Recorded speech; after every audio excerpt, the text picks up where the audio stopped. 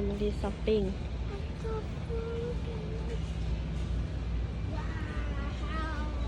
Mommy, look at the knee. ย่ามีอันคู่โอเค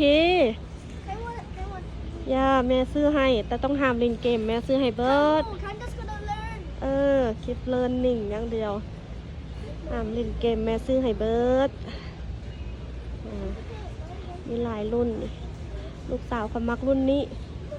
ลูกสาวมักตัวนี้กับจิบลงมาแน่นี่เลยโอเค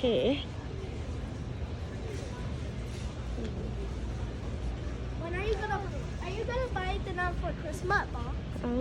แม่ซื้อให้เบิร์ดตัวอันน้อยๆนึงคัก Oh wait, แง่หลายบ่คัก you pig. อันน้อยๆคัก The laptop? yes Yes. Well, I think.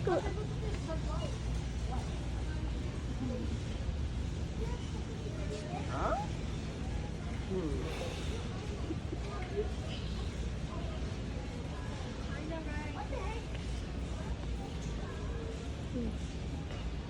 เลาะเบิ้งมีแต่อันคักๆแนวอยากได้นี่แหละอันนี้มันคอมเมนต์แต่ซื้อนอกจากซื้อหุ้นซื้อทองคำก้อนแล้วอันนี้มันคอมเป็นแต่ซื้อนี่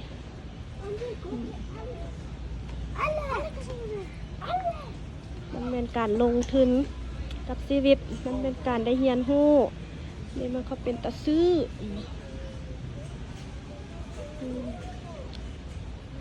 พามาเลาะ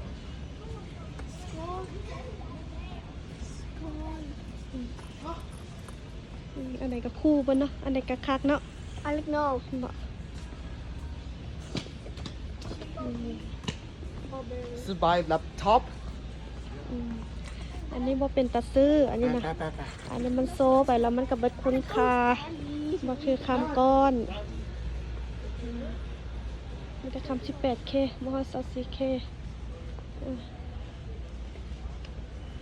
อันนี้โซ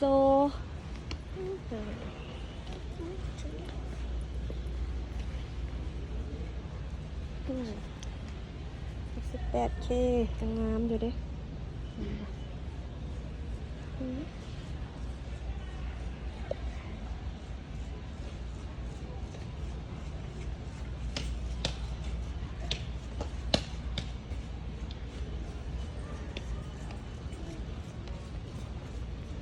ถือก็มี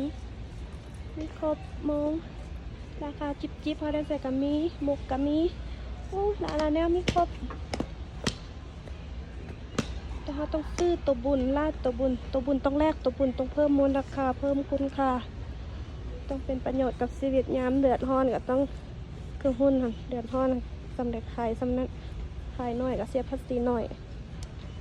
กำเองสบายเพ็กพลอยโอ้ธรรมดาบ่เอ็นเอาคำก้อนมาขายแต่ไม่ได้เงินเก่งกำไรเงินมันทำงานนะอย่าให้เงินมันขี้เกียจเราขี้เกียจไม่เป็นไรอย่าให้เงินมันขี้เกียจมา